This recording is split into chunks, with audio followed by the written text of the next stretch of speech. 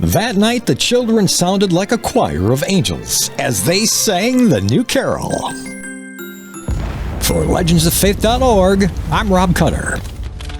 Philip was exhausted from the war and was looking forward to retreating to the Holy Land for the Christmas holidays to find some peace. He was a popular preacher at his church in Philadelphia.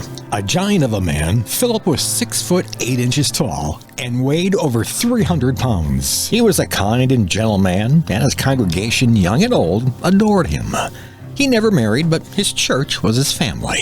In his office, there was a corner designated for all the toys and games he had accumulated. It was common for Philip to be sitting on the floor and playing games with the kids and the families. When not preaching at his church, he would minister to the troops on the battlefield during the Civil War. When President Lincoln was assassinated, Philip was asked to give a funeral address. Overwhelmed by the task, he penned an eloquent eulogy that would be the most famous lines he would ever pen, until he wrote that famous Christmas carol.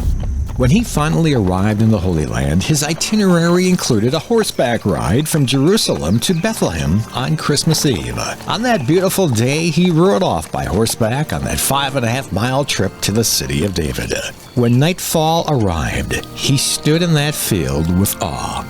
He was thinking about the Bible verses where the shepherds heard the angelic announcement all those many years ago. After arriving in Bethlehem, Philip would attend the Christmas Eve service and assist at the Church of the Nativity. There was something about the beauty of the landscape that night that inspired Philip to write a poem. It was several years later, when he was looking for a new song for Christmas, he remembered the poem he penned during his visit to Bethlehem. He asked his church organist to compose a tune for his poem so the children could sing the song on Christmas Eve. Feeling defeated, his organist was suffering writer's block. Then, out of nowhere, he heard it. Joyful with his new inspired tune, he presented it to Reverend Phillips Brooks and said, "I think it was a gift from heaven," as he began to play the poem to music. That night, the children sounded like a choir of angels as they sang the new carol, "O Little Town of Bethlehem." It quickly became a beloved Christmas song and has lived to become a worldwide favorite ever since then. When that giant of a man, Reverend Phillips, went to heaven, there was a child from his congregation that said, "How happy the angels will be." For more stories like this and for ways to donate, visit us at legendsoffaith.org.